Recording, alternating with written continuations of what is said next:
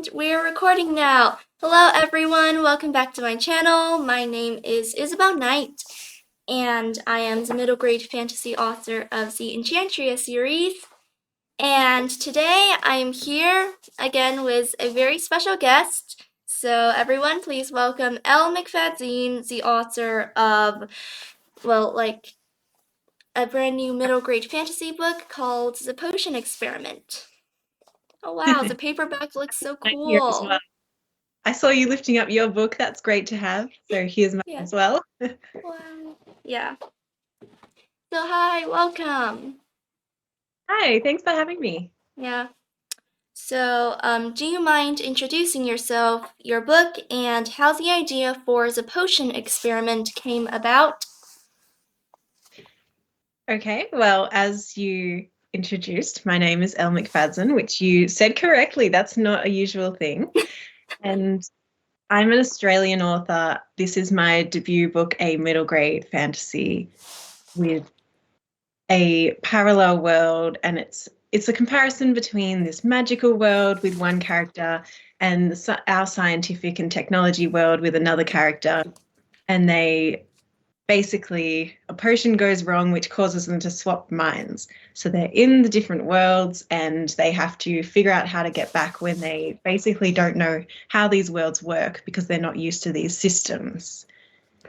And there's a lot of banter, there's a lot of Yeah. um, back and forth between them because they're pretty much working with themselves and they get a bit sick of themselves, I guess.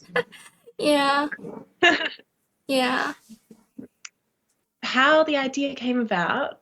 Well, I was in a writing class, writing for children, and I'd been working on a young adult project, but for this class we needed to come up with a picture book idea and a middle grade book idea. So I came up with a few middle grade book ideas and my class really liked this one. And I had liked a lot of the ideas, but when they liked this one, I was like, I'm going to give it a go. I'll see how I go. And then as I started writing, I just really liked the characters and their banter between each other. So I just kept going. And when the class finished, I was like, I want to keep writing about these characters. So I did. And now, lo and behold, there's a book. Yay, that is absolutely amazing. Yeah. Thank So, there are a lot of different spells in Eva's world, and Eva is one of the main characters of this book. And I think all of those spells, they're so cool. And so, how did you come up with all of them? I think I had a lot more spells in my first draft, actually.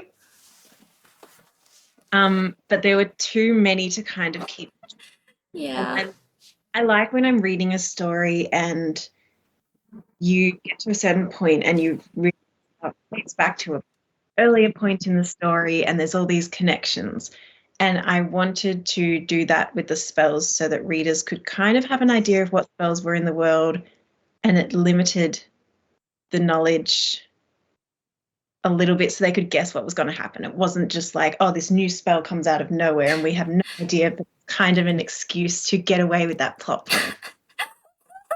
Yeah, I feel like I do that all the time, to be It honest. does make it a little bit easier, but that's why I kept like editing it down to make it makes it more difficult for the writer because you've got to come up with other reasons why they can do this or do that and get around this Yeah. problem come up against rather than, oh, let's invent a new spell and then they solve with that spell, which would be much easier. Yeah. Well, I think that the book turned out absolutely fantastically. Is that a word? Yeah. Thank you. Yeah. Thank you. Yeah. And aside from the spells, there are also the sort of rules on how Eva's world really works. So how did you go about making those rules and discovering how her world really works?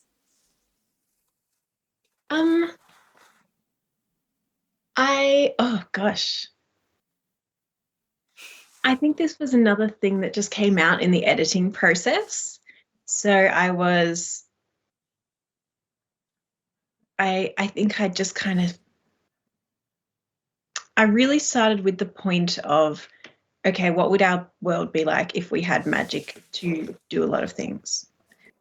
If we didn't have science and technology, if we had magic spells instead, how would our world look different? And that's kind of how a lot of the setting came about. But I was also influenced just by a lot of tropes in magic stories and wanting it to feel like a whole other world. I didn't want it to be too similar to ours. Um, is that the sort of rules you mean, or do you mean like they're rules in communication? I know, just mostly like how the world really works and all that. Yeah, I think it was just bit by bit editing, Yeah.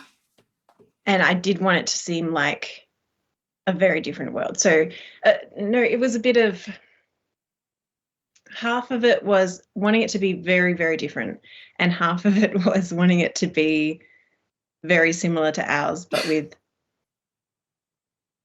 huge differences between the magic and science differentiators.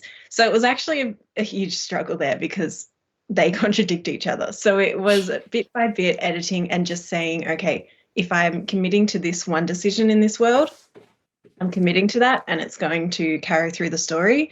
If in this other instance, maybe I don't want it to seem as modern, so I'm just going to commit to that decision and carrying it through.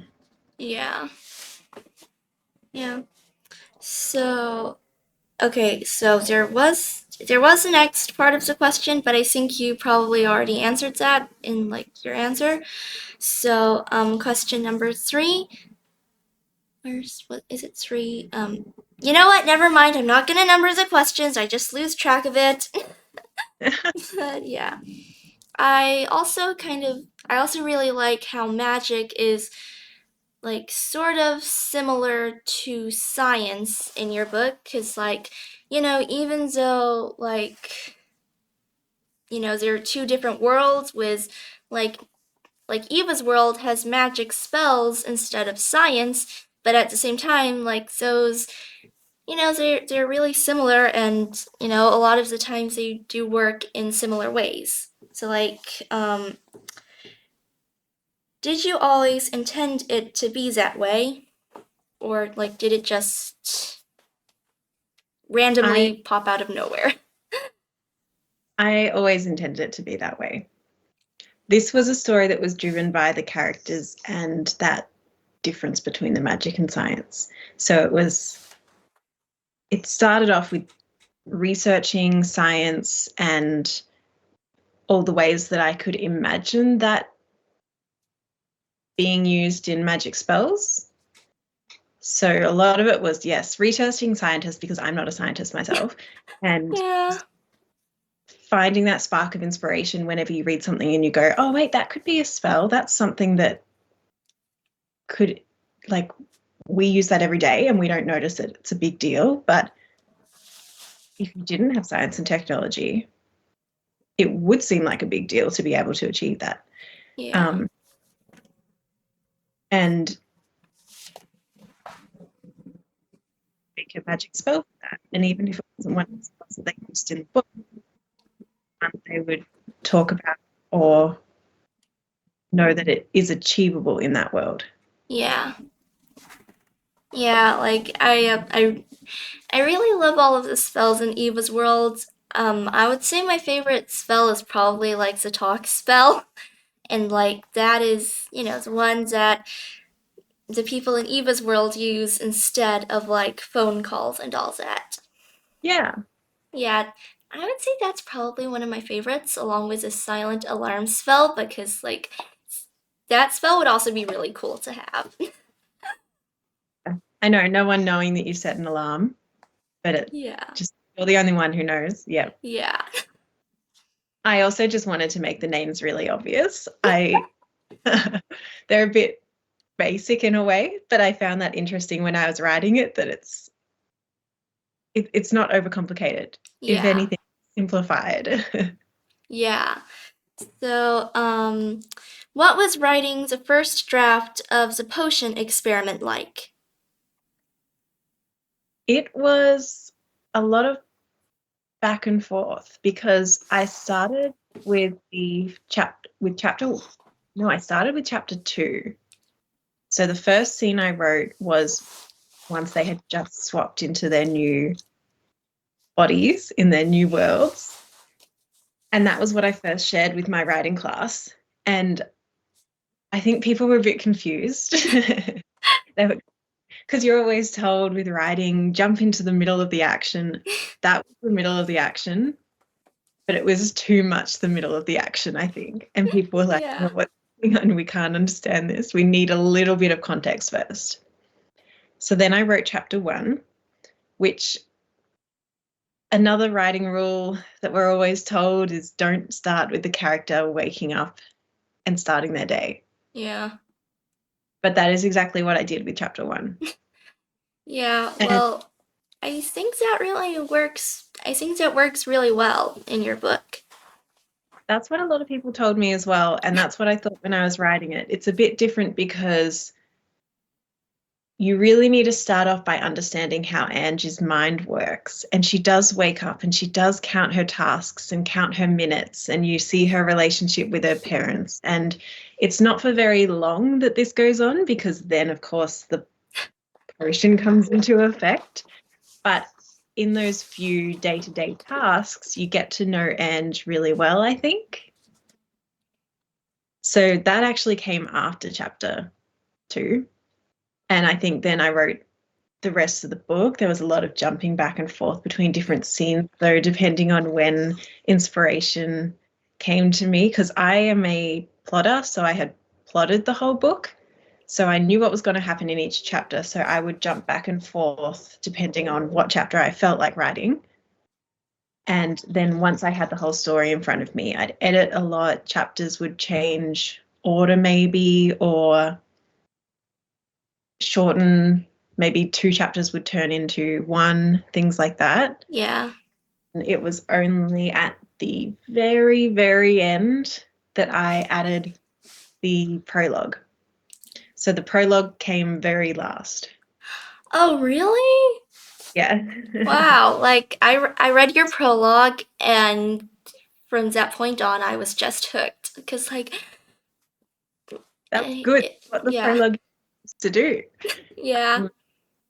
I had a prologue in the first book I wrote, which I haven't published yet, and that's one that I need to go back and do a lot of editing on. But through that process, I found out that a lot of people hate prologues because a lot of people use it as information dumping. So they make it too long and they don't, like, it might be a totally different character that's not in the main story. And that can put a lot of people off because it's like Yeah. you have so much mental energy to learn about the character in the prologue, and then there's a new character, which is what does happen in mine. But I just wanted to make the prologue really short so that it was a short scene that I hoped grabbed people, and it gave a little bit of an explanation of then what happens. Yeah. It's Okay. a it's a bit tricky when you do learn all the writing rules because Yeah. sometimes you still might think, okay, this is a rule, you're not supposed to do this, but you still want to break it. Yeah. But I think that's okay sometimes.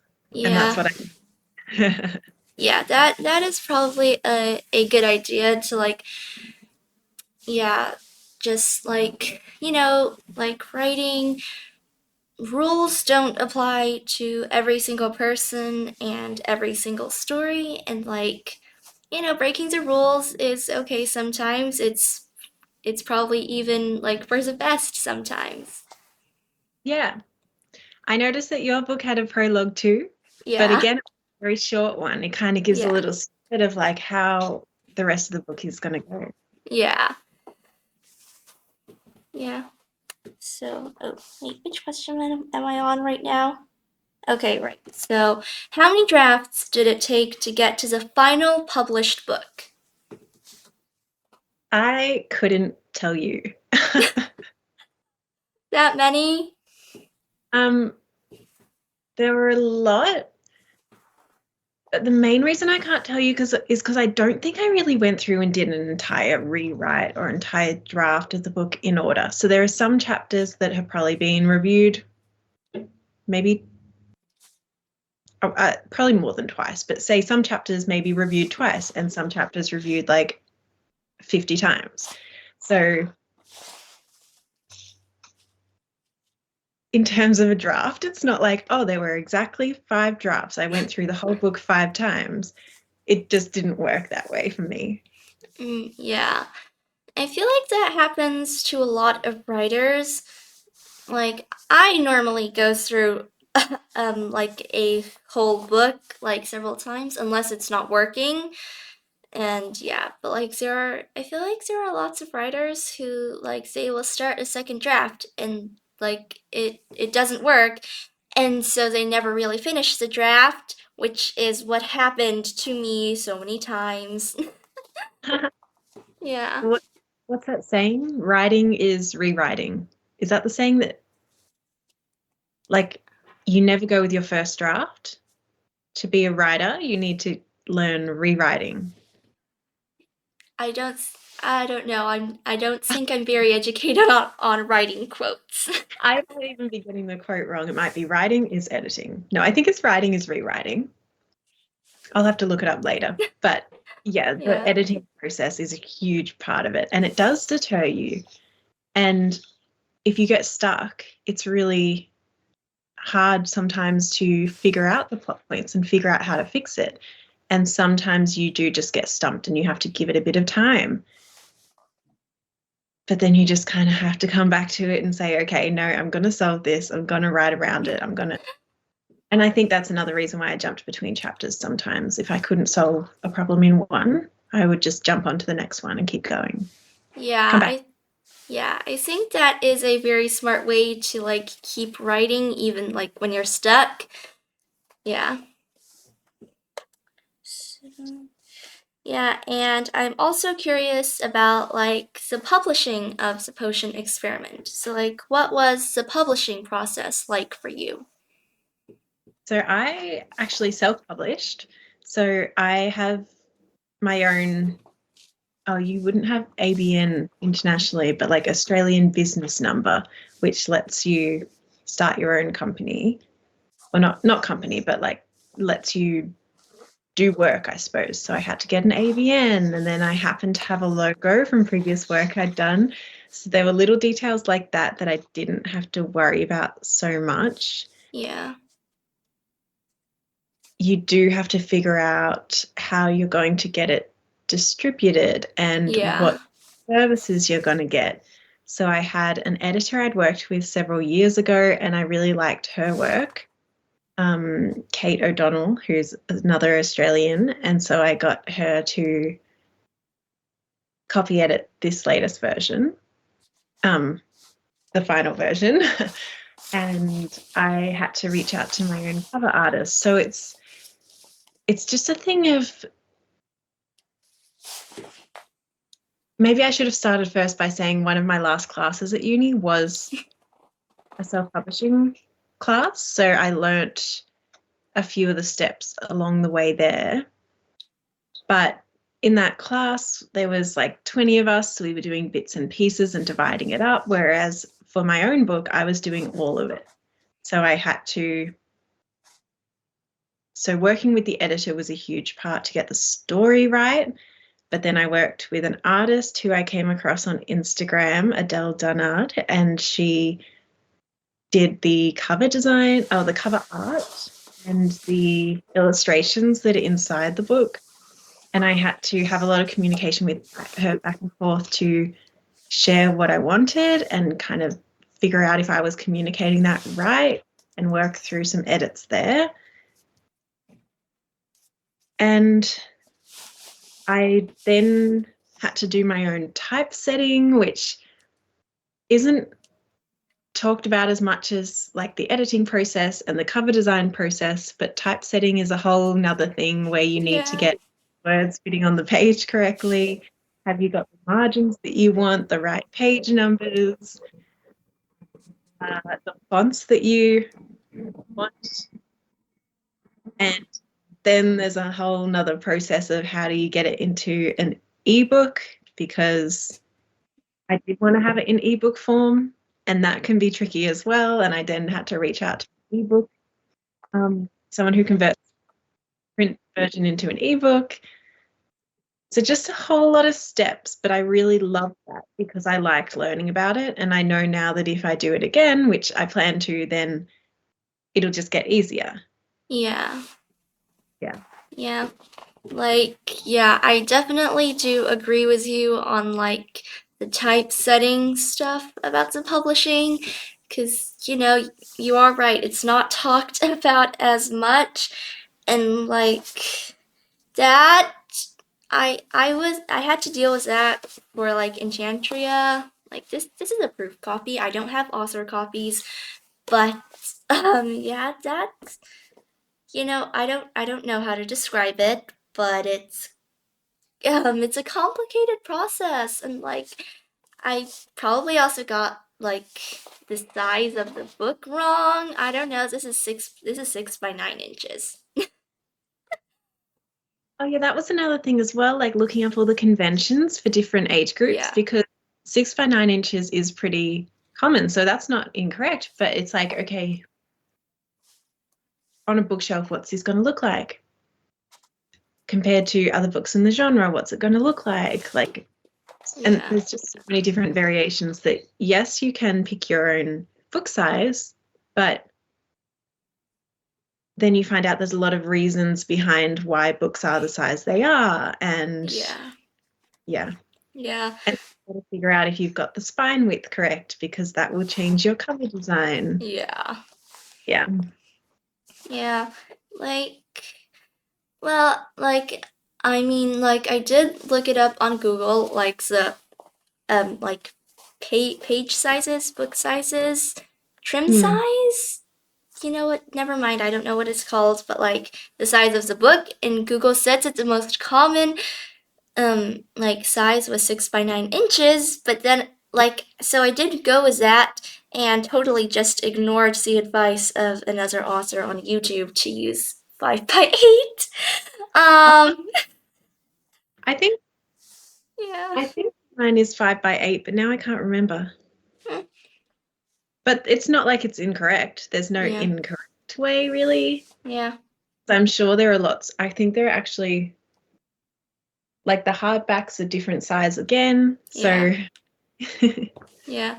Also, nearly all the like children's books, paperbacks, which honestly those are also books I have, children's books, but like all of like the middle grade novels I have on my bookshelf, they are 5 by 8 inches, and yeah.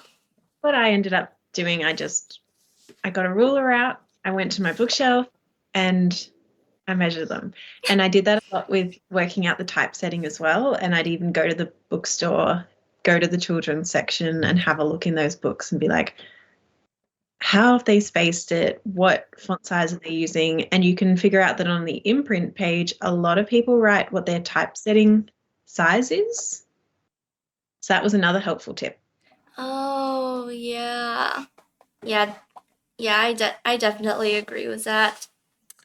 So let's see what's the next question. So in the potion experiment, you are writing from like two different point of views from two girls who have basically swapped places, and now they are in totally different worlds. So how tricky was it to juggle these two point of views, and how did you manage it?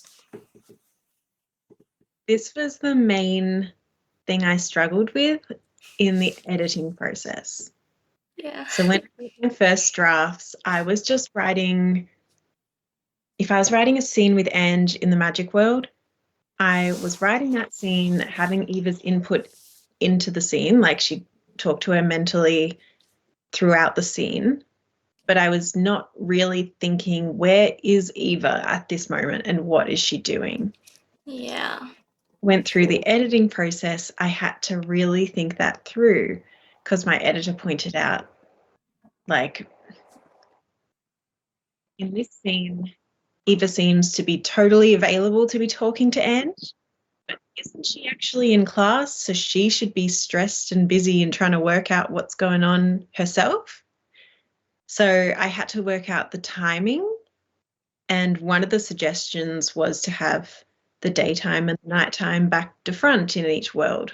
But I thought that would make it more confusing, and I did want them to have the same time of day. So they both wake up at the same time, they both go to bed at the same time. But I had to work out their daily planner, I guess, to have Yeah. classes didn't line up exactly. So one has recess when one is in class, or the other one has lunch while the other one's in class, so that they could talk to each other easier. And it was a bit easier to explain and hope the reader could understand that there wasn't too much overlap. It was like one person was having a scene that was the focus, and the other person was on a little bit of a break in their world. Yeah. I think that approach really works well, and the potion experiment, I would say it is definitely, easy to understand. So I think you did that a fantastic job with that. That's very good to hear because it is Yeah. tricky when you already know everything that's going on and you're like, but does this make sense? It makes sense to me because Yeah. I've invented this whole thing in my mind. Yeah, exactly. Yeah. So, what was your favorite part about writing this book? It was writing the back and forth between Ange and Eva. Yeah. Yeah. I think the chapter that I wrote first, chapter 2, was my favorite just because that's when they're first realizing that they can hear each other and they don't know who each other are and they don't know why this is happening. And that was really fun to write. So having those moments of surprise and confusion, I guess, and having to work through that confusion and find what parts of it made logical sense in their minds, that was pretty fun. Yeah. I would say that like back and forth is also one of my favorite parts about reading the book, because like it's just really fun to like see, read, or hear, just to like really read like their back and forth, their conversations. Like, I'm not sure how to explain it, but like it's definitely really fun to read. Yeah, you get to know a lot of their dynamic through it, I think. And Yeah. that's, well, it was fun to write, so I'm glad it was fun to read. Yeah. So, did you always want to become a writer when you were young? Um, yes, but depends how young. I think I think during high school I wanted to be a writer. During primary school I hadn't really thought it through that much. So yeah, during high school I did. Yeah. Mm. And then I just kind of kept working on my own writing. I did a lot of reading more so than writing in high school. And then during university, I actually studied architecture. And while I was studying that, I loved architecture, but I just kept writing in my very little spare time. And then I went back to study writing because I knew that's definitely what I wanted to try and achieve. Yeah. Although I feel like all like, that like studying architecture at university, I think that could be like really helpful in a book someday. Cuz like if I'm not architecture, I know nothing about architecture. Whenever I have to invent like a place or a building, I don't know, I just throw in random stuff, I guess.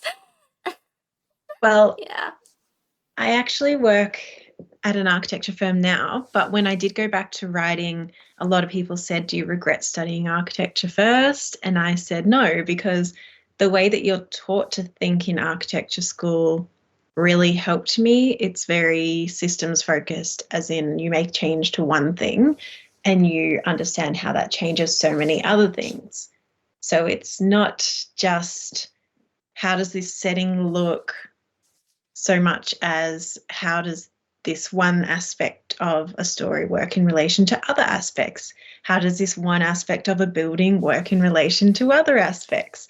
So it wasn't, I think it actually really helped me, especially because I am a plotter.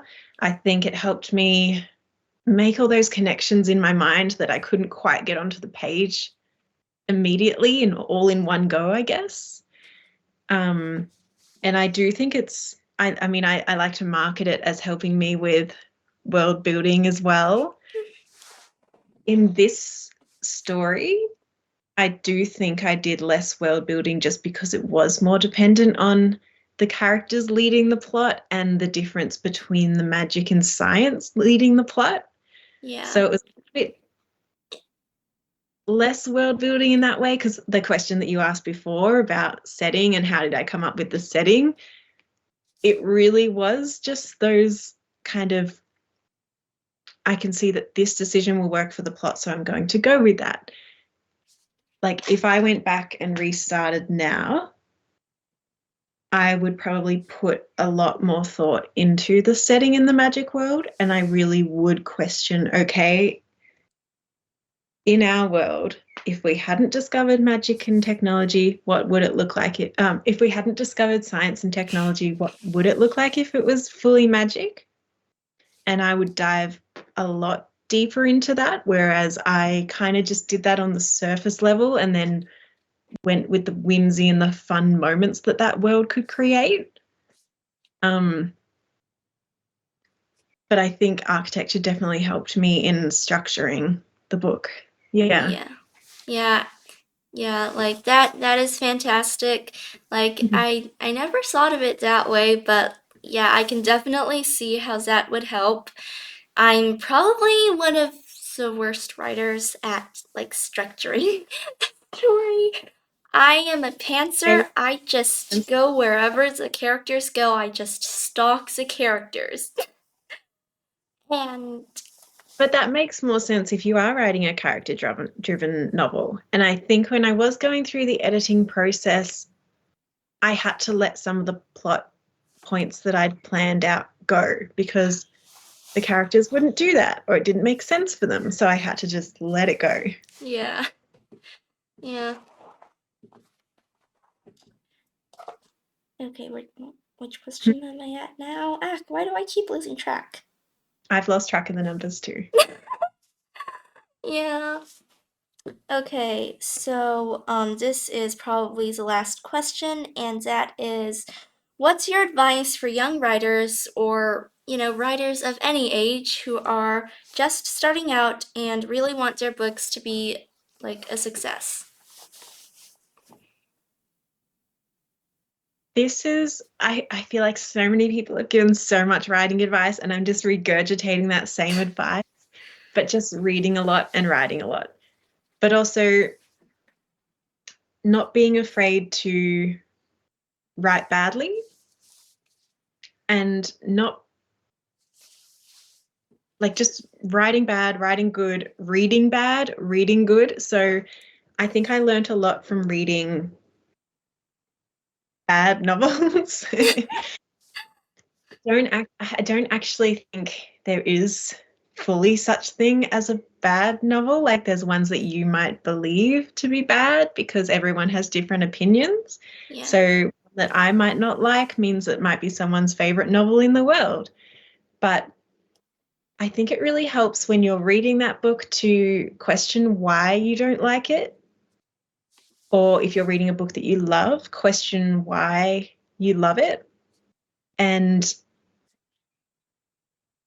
just understand that about yourself so that you can carry that on in your own writing to try and avoid things you don't like and stick to things you do like. And I think that's why writing reviews would be really good because when you write a review,